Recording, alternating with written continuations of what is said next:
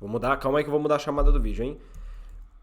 Precisamos falar sobre as chuvas no Rio Grande do Sul, tá? E é sobre isso que a gente vai falar aqui agora. Agora. Você tá pronto pra falar sobre isso? Isso aqui vai ser uma live. Vou fazer cortes sobre ela, mas não sei quando vão sair os cortes dessa live. Eu espero que eu consiga editar eles para que eles saiam logo, mas não é assim tão simples, né? Mas enfim. Isso aqui é uma live surpresa, uma live extra, porque eu acho que a gente precisa falar sobre esse assunto. Isso está totalmente relacionado com mudanças climáticas.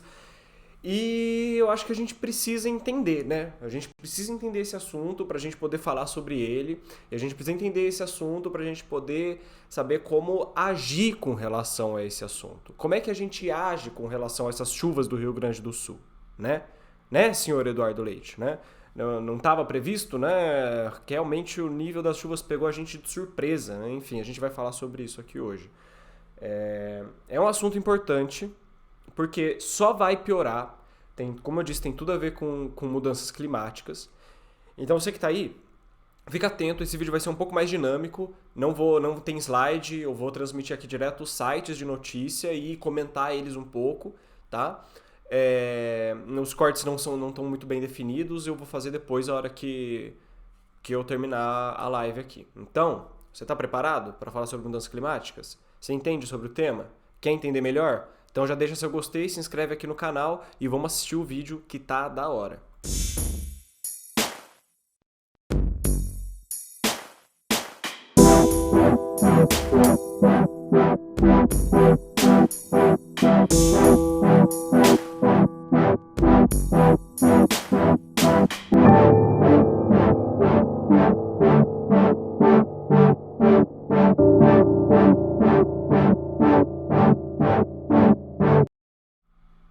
Vamos lá? Bom, eu separei aqui algumas notícias, tá? Alguns vídeos, a gente vai ver o vídeo do Galãs Feios, falando aqui um pouquinho sobre o Eduardo Leite, tá? A gente vai ver uma reportagem da Band que está mostrando o antes e o depois da catástrofe. Essa reportagem aqui do G1, ela dá uma resumida boa e tem uns mapas interessantes aqui pra gente analisar, tá? Tem uma reportagem do Globo Rural que tenta explicar isso um pouco melhor, mas eu não gostei muito dela, tá? Vai ter uma do Metsul que eu acabei fechando sem querer aqui também. Esse aqui é o Indy, a gente vai dar uma olhada na atmosfera para entender como ela tá agora, tá? E, por fim, uma notícia antiga do G1 que mostra que não, senhor Eduardo Leite, os volumes de chuva não pegaram a gente de surpresa, tá? Então, primeiro de tudo, vamos lá, vamos entender quais são os fatores que estão afetando nas chuvas atualmente no Rio Grande do Sul. Essa é a primeira coisa que a gente tem que fazer antes da gente falar sobre mudança climática, antes da gente falar sobre política, todas essas coisas. A gente precisa primeiro entender o que é que está acontecendo. O que é que está acontecendo no sul do país para estar chovendo tanto? Essa matéria do G1 entrevista alguns meteorologistas e ela dá uma noção um pouco superficial, tá? Ela não explica muito bem o que são cada um desses fenômenos e como eles interferem, mas ela dá um resuminho de quais são essas principais feições atmosféricas que estão agindo no sul do país nesse momento, tá? Então, vamos lá. A primeira coisa que a gente precisa pensar, tem a ver com o El Niño? Tem a ver com o El Niño? Tem a ver com o El Niño. O El Niño é o culpado? Não! O El Niño não é o culpado pelas chuvas. Não, as chuvas não estão acontecendo por causa do El Niño. Aqui na reportagem já tem uma citação sobre isso. Ó. Você deve se perguntar, o que as mudanças climáticas têm a ver com isso? O calor da Terra e dos oceanos impacta a atmosfera e faz com que os eventos climáticos aconteçam com mais força, tá? O oceano mais quente, como estamos vendo agora, faz com que seja gerada mais energia para a formação de chuvas. Com isso, elas chegam nesses níveis que nunca vimos antes. A mudança no padrão do clima interfere na atmosfera e muda os ciclos dos fenômenos que aconteciam, deixando-os mais intensos. Então, o que ele fala aqui que é importante pra gente? O oceano mais quente, como a gente está observando, faz com que seja gerada mais energia para a formação de chuvas. O oceano mais quente está relacionado com o El Niño. Ele não diz qual oceano aqui, tá? Pelo que eu entendi, ele está falando de uma questão mais geral. Sim, com os oceanos mais quentes, com o aumento de temperatura nos oceanos, a gente tem mais energia para a formação de chuva. Só que nesse momento, existe um oceano em particular, uma região de um oceano particular, lá no Pacífico, que está mais quente. Que a gente chama esse fenômeno de El Niño, tá? O El Niño e a Laninha são duas etapas de um ciclo de um fenômeno que acontece no Oceano Pacífico. Lá, a gente tem épocas em que o oceano está mais frio, então você tem menos energia para a formação de chuva. Você tem épocas em que ele está mais quente, que permite a formação de mais chuva, tá? E aí tudo isso acaba rolando podia puxar uma imagem sobre isso, né? Mas acaba rolando ali, então, um desequilíbrio, né? Aliás, uma mudança de equilíbrio, melhor falando, né? No regime de chuvas do Pacífico. Então, com o oceano mais quente, você tem um maior transporte de chuva que forma um corredor de chuva lá no Pacífico. Só que isso acaba influenciando, sim, a nossa chuva aqui no hemisfério sul. Justamente porque a gente tem um oceano mais quente, a gente consegue formar mais chuva para cá, tá? Só que isso é um fenômeno que acontece há muito tempo. A gente conhece o El Niño e ele não é responsável exatamente pela concentração de chuva. Não é isso que acontece. Ele não ajuda a concentrar a chuva como está acontecendo. Ele aumenta a taxa de precipitação naquela região. Mas a gente está observando o aumento, tipo, o que está acontecendo, né? A descrição do fenômeno. A gente tem mais chuva caindo em um período menor de tempo. E por que isso é problemático? Porque a gente não está preparado para isso. A gente está acostumado com uma quantidade de chuva espalhada durante uma época, né? E aí isso não causa enchentes, isso não causa desastres ambientais da forma como a gente enxerga, como a gente está vendo agora, tá? Mas vamos então continuar vendo a matéria, que aqui ele dá um resuminho de quais são então os fenômenos atmosféricos que estão fazendo a chuva se concentrar, tá? Então, primeiro, a partir lá do dia 26 de abril, que foi quando começou as chuvas, e ficou 2 semanas e não para de chover lá. Por quê? Porque tem um cavado, e aqui ele explica como uma corrente intensa de vento, que está agindo sobre a região. Vai subir minha cadeira, tô me incomodando isso. Que está agindo sobre a região. E isso faz com que o tempo fique instável, tá? O que é esse cavado? Vamos dar uma olhada no wind aqui, para a gente entender. Esse mapa que vocês estão enxergando na tela agora, ele nos mostra os ventos, tá? Deixa eu desligar a pressão atmosférica para não confundir. Mas eu já vou ligar ela de novo. Ele nos mostra os ventos que estão agindo na altitude equivalente a 500 HPA, 500 pascais, tá? De pressão. Quando a gente fala de atmosfera, é mais fácil a gente medir a altitude em pressão do que em quilômetros, tá? Mas é uma altitude muito grande, tá? Que é cerca de metade do peso da atmosfera. E aqui é onde se formam o que a gente chama dos jet streams, ou ventos de altitude, tá bom? Presta bem atenção, cara, essa parte é muito interessante. Esses ventos de altitude que acontecem na atmosfera alta, então não tem relação com o que está acontecendo, quer dizer, não tem relação não, não é a velocidade do vento aqui onde a gente está agora, eles criam corredores, tá? Vocês podem ver nesse mapa que é uma onda, né? É uma onda. A atmosfera e os ventos se comportam muitas vezes em ondas, tá? Ondas ou turbilhões, né? São regiões de turbulência. Então aqui a gente tem essa onda do jato de altitude, tá? E a gente tem algumas características que a gente já sabe que acontecem quando a gente tem esses ventos de altitude. Quando a gente tem um cavado dessa onda, ou seja, essa parte para baixo aqui, a gente costuma ter uma zona ativa. Então a gente tem uma maior pressão atmosférica, tá? Aliás, a gente tem uma menor pressão atmosférica que está relacionado com eventos extremos na altitude.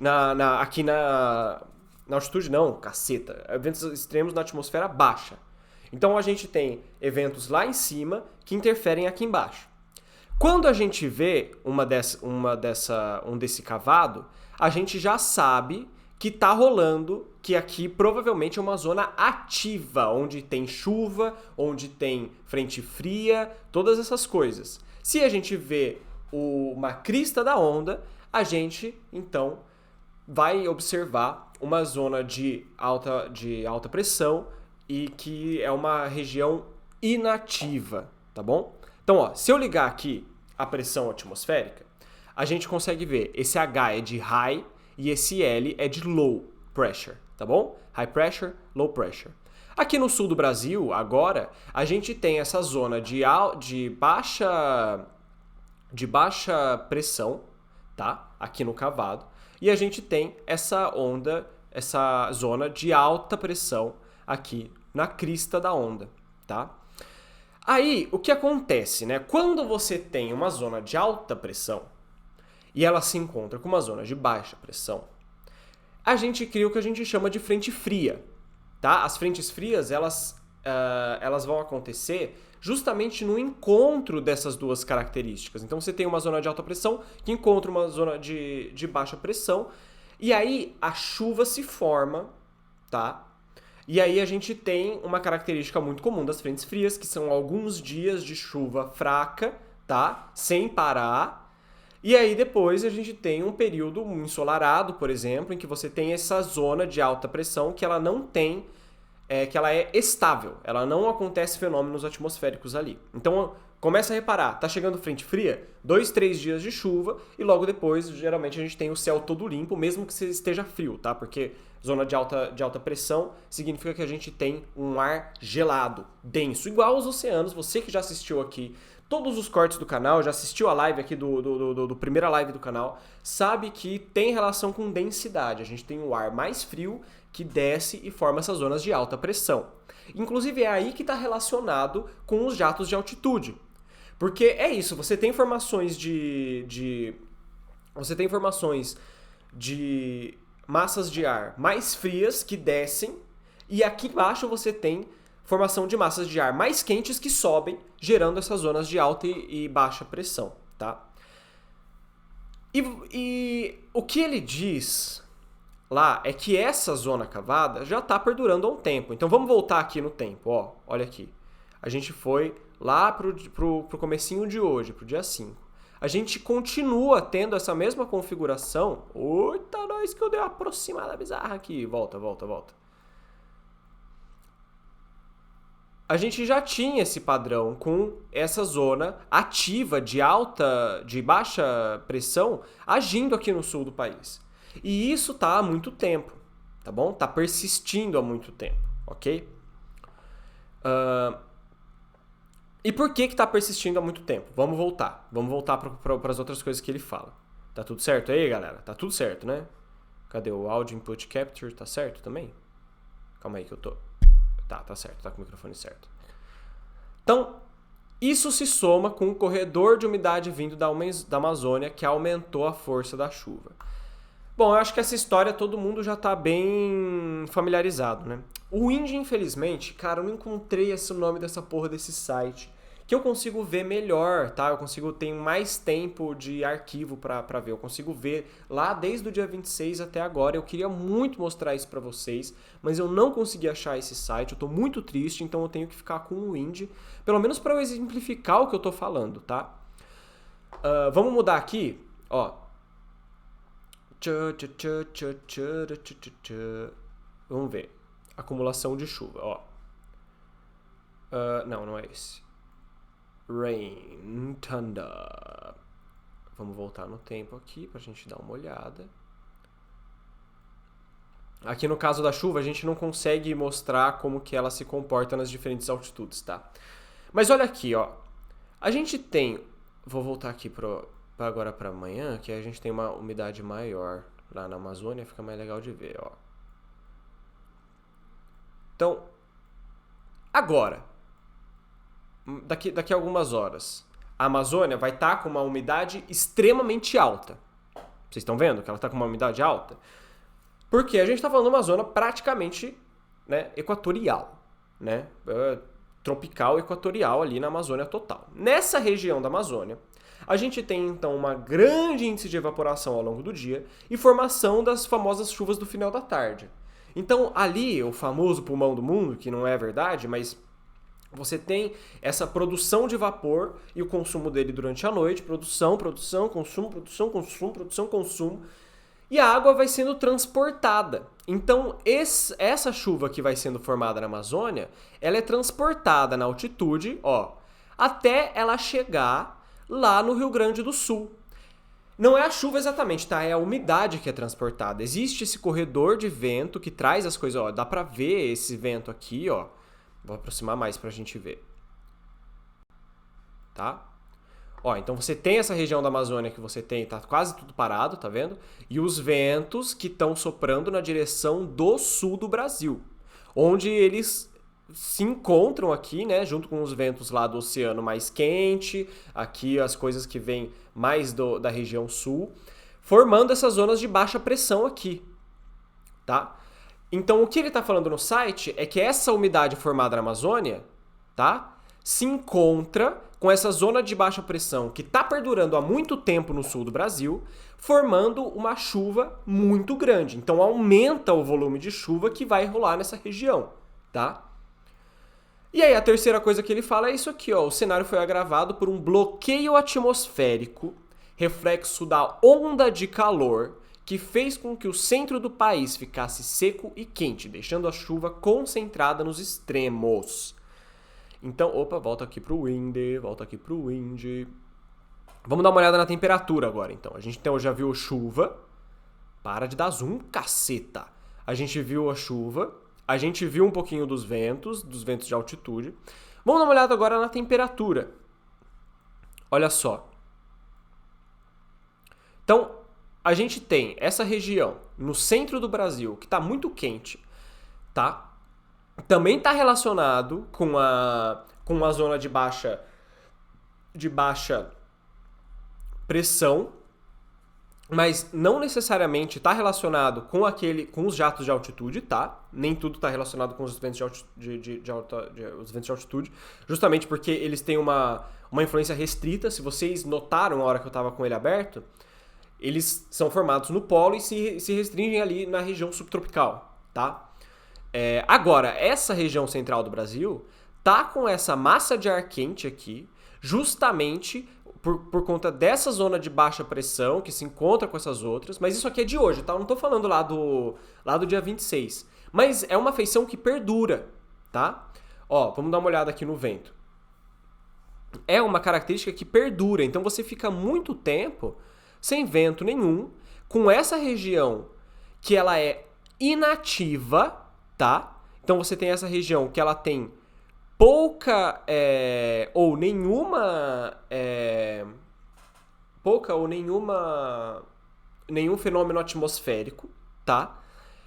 Isso não permite que as chuvas se formem ali, não permite que as chuvas desaguem nessa região, dando uma treguinha, entendeu? Lá pro Rio Grande do Sul e pros outros extremos, né? Porque como vocês viram, a chuva no Amazonas também tá... botei o negócio errado aqui, desculpa. A chuva lá no Amazonas também tá bem intensa, só que a grande questão é que o Amazonas já está preparado, né? É uma região equatorial, recebe um volume de chuva muito grande todo dia. Você tem muitas populações ribeirinhas lá que já têm construções adaptadas para isso. No sul do Brasil, o sul do Brasil, ele tem a tendência, tá, a receber chuvas fortes e a formação de ciclones extratropicais, tá, que costumam acontecer nessas épocas do ano, março, abril, maio, tá, mas que não tem uma intensidade e uma frequência assim tão grandes. O que a gente está observando agora é justamente um aumento de uma intensidade e uma frequência muito grande desses fenômenos, tá? E todas essas três junções, essas quatro coisas que eu falei aqui para vocês agora, então a gente tem os jatos de altitude que estão formando um cavado ali de região ativa permanente no Rio Grande do Sul, já vai fazer 2-3 semanas. Você tem, então, os rios da Amazônia, os rios aéreos da Amazônia, que por conta do terceiro fator, que é essa região inativa no centro do Brasil, tá chegando com tudo no Rio Grande do Sul. E além disso, a gente tem o fenômeno El Niño que intensifica as chuvas na região por conta do aumento da temperatura nos oceanos, tá? Então, e aí onde que o aquecimento global entra nisso, né? Bom, a gente sabe que esse é um dos efeitos do aquecimento global. Porra, galera, a gente tá falando isso desde 1980. O ser humano tá falando, os cientistas estão falando, a comunidade científica tá falando. Vai ter um aumento na intensidade e na frequência de fenômenos atmosféricos extremos. É uma consequência das mudanças climáticas. Porque tudo isso que eu tô falando depende do quê? Depende de temperatura para formação de massa de ar, tá? Troca de temperatura entre os oceanos e a atmosfera. Se o oceano está mais quente ou mais frio, você afeta justamente essa interação e a formação de chuvas. O que mais? Ventos que são formados justamente pela diferença de pressão dentro da atmosfera, que por sua vez é gerada pela densidade, que por sua vez é gerada pela temperatura. Então, se a gente tem um aumento na temperatura média do nosso planeta, o que a gente vai observar é justamente uma maior frequência, tá? E uma maior intensidade nessas trocas de calor. Porque o que significa maior temperatura? Significa mais energia no sistema. Isso que significa maior temperatura. Se a gente tem mais energia no sistema, os ciclos são intensificados. É só juntar Lé com Cré, galera. Temperatura é energia. Energia térmica, por exemplo, vai se transformar em energia cinética, com ventos. Vai se transformar em energia química, com evaporação e precipitação. Né? Então, assim, não é tão difícil de raciocinar essas coisas. Se você aumenta olha o El Niño, por exemplo. O El Niño, ele é um fenômeno que acontece aí com uma média de 2 anos de frequência, mais ou menos. E o El Niño, ele vai depender justamente de um levíssimo aumento na temperatura de uma determinada corrente do Pacífico Sul. É isso que é o El Niño. E isso já é suficiente para você mudar todo o regime de chuva do hemisfério sul, praticamente.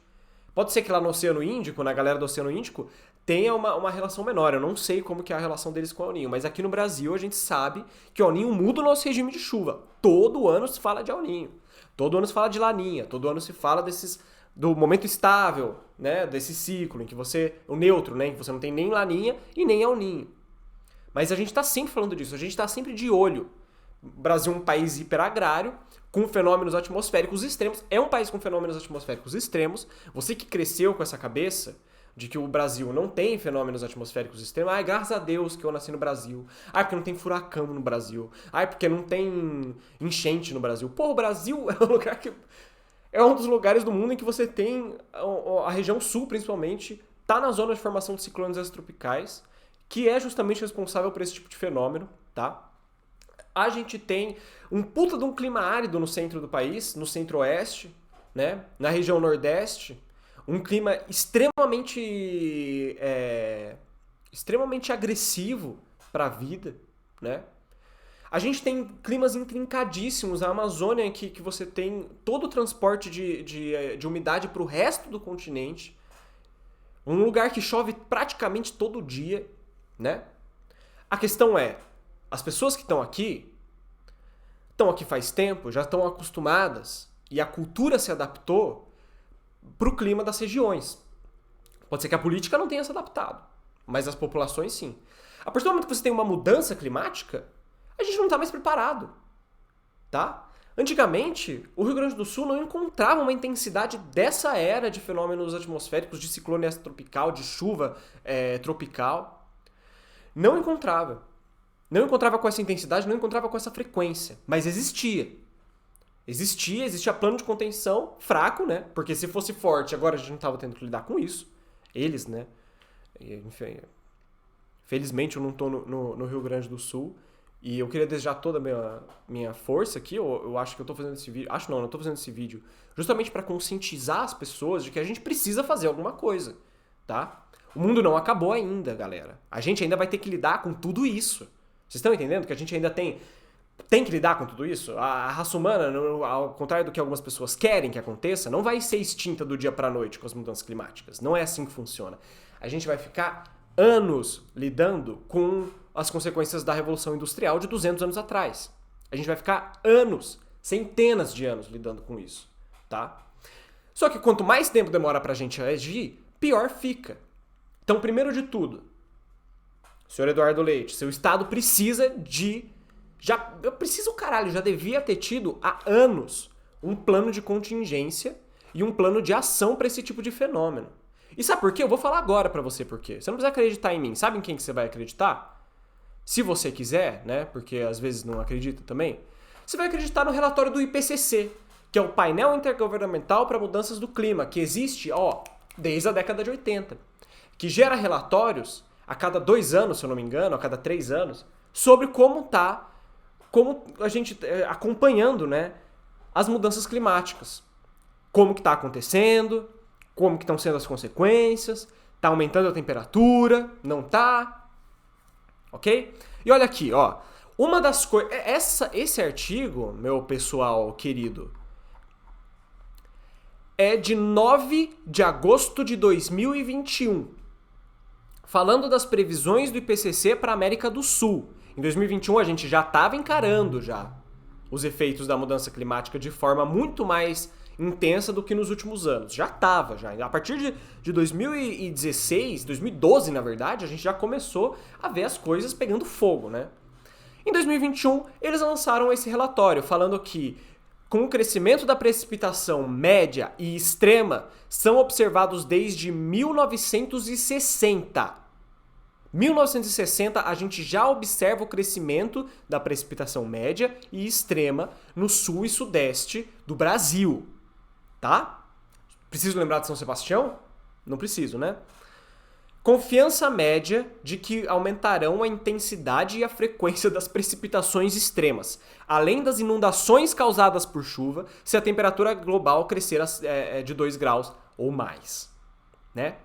Ou seja, lá em 2021 já tinha uma previsão de que a gente ia aumentar a frequência a frequência e a intensidade da precipitação na região sul do Brasil. Já tinha essa previsão. Então, o senhor Eduardo Leite vir e falar o que ele falou, que pegou de surpresa, o volume da chuva pegou de surpresa, é uma sacanagem, principalmente depois que 2023 encarou a mesma coisa e ele falou a mesma coisa. Falou a mesma coisa, repetiu agora em 2024. Em 2023 já era previsto que isso ia acontecer, os meteorologistas já estavam avisando, tá? Gente, o Metsul tá emitindo alerta, o INMET tá emitindo alerta desde o dia 20 de abril para as chuvas no Rio Grande do Sul, tá? Dia 26 de abril começou e não parou até agora. Tá o caos no estado do Rio Grande do Sul. A nossa querida Marina Silva quer decretar estado de emergência em 2.000 cidades do estado. Puta que pariu. Entendeu? E não é que ele ia parar a chuva, não é que ele ia fazer com que não viesse, mas era previsível. Se era previsível, tinha que se ter um orçamento um orçamento para lidar com um desastre natural de maior do que 50 mil reais, que dava 100 pau por município que foi atingido pelas chuvas. 100 reais, que não dá pra comprar, parafraseando a galera do Galas Feios, não dá pra você comprar uma cesta básica pra uma pessoa que tá em situação de desabrigo. Então, assim, é importante que a gente entenda isso pra gente começar a cobrar essas pessoas. Porque se a gente não começa a cobrar, a coisa vai degringolar. O aquecimento global, né, e no caso, consequentemente, as mudanças climáticas já começaram faz tempo. A gente não tá falando de uma coisa do futuro, a gente tá falando de uma coisa que tá acontecendo agora. A gente, como sociedade, tem que agir, para frear essas mudanças climáticas, e a gente precisa agir como sociedade para B, fazer com que as pessoas não sofram tanto quanto elas estão sofrendo no caso de incidentes como esse. Porque isso tá acontecendo, isso vai acontecer cada vez mais. Se você tá de olho nisso, você sabe, tá? Então, se a gente olha esse mapa aqui, tá? Que legal, que é do IPCC. Tá falando aí da variação, né? Então ele mostra aqui a temperatura máxima anual, que vai chegar, caso a gente tenha uma variação de 1,5 graus, 2 graus e 4 graus, é assustador, tá? A variação em porcentagem de precipitação anual total, máxima de 5 dias e dias secos consecutivos, tá? Agora observa aqui, tá? Com o aquecimento global de 1,5 graus Celsius, a precipitação máxima em 5 dias na região sul do Brasil aumenta em cerca de 20% praticamente. De 10 a 20% de aumento. É pouco? Não, é muita coisa, é coisa pra caralho. Se você tem uma região que já tem ciclone, que já tem chuva tropical, tempestade tropical, que é um volume de chuva enorme, se você aumenta em 10%, 20% de enorme, é muito, tá? Eu não vou dar dados aqui, eu não sei quanto que é o valor, tá? Mas olha aqui, se aquecer 2 graus, a precipitação anual total no sul do Brasil vai chegar a 20% também. E a precipitação máxima em 5 dias começa a aumentar, já chegando em 30 e indo para 40.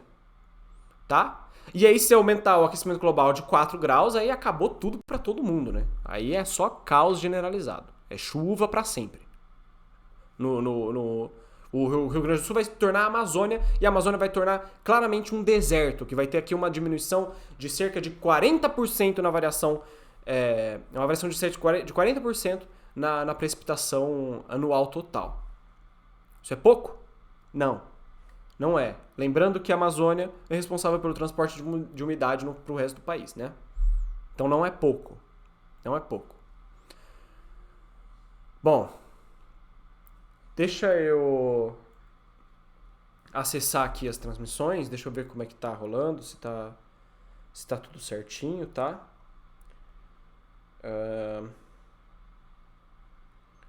Ok, YouTube tá rolando. Vamos dar uma olhadinha na Twitch. Você que está assistindo essa live, está assistindo ela gravada depois, está assistindo o corte, não se esquece de deixar seu gostei, não se esquece de compartilhar, tá? Se inscrever aqui no canal, que você me ajuda muito, muito, muito, e você ajuda principalmente as pessoas do Rio Grande do Sul, que estão passando necessidade nesse momento e que não querem passar necessidade no ano que vem, e não querem ter que ser desalojadas das casas delas, e não querem ter que sair do estado em que elas estão. Né? Às vezes as pessoas querem, às vezes não, né? E se você tem Pô, se o Estado não serve pra isso, essa é a minha opinião. Se o Estado não serve pra isso, o Estado não serve pra nada. Se o Estado não serve, o Estado, eu tô falando o governo, o Estado, o aparato estatal, se ele não serve pra amparar as pessoas em um momento de desastre, se a máquina estatal não consegue evitar mortes de eventos previsíveis e não consegue ajudar aqueles que ficaram necessitados depois desses eventos, para que serve o Estado? Para quê?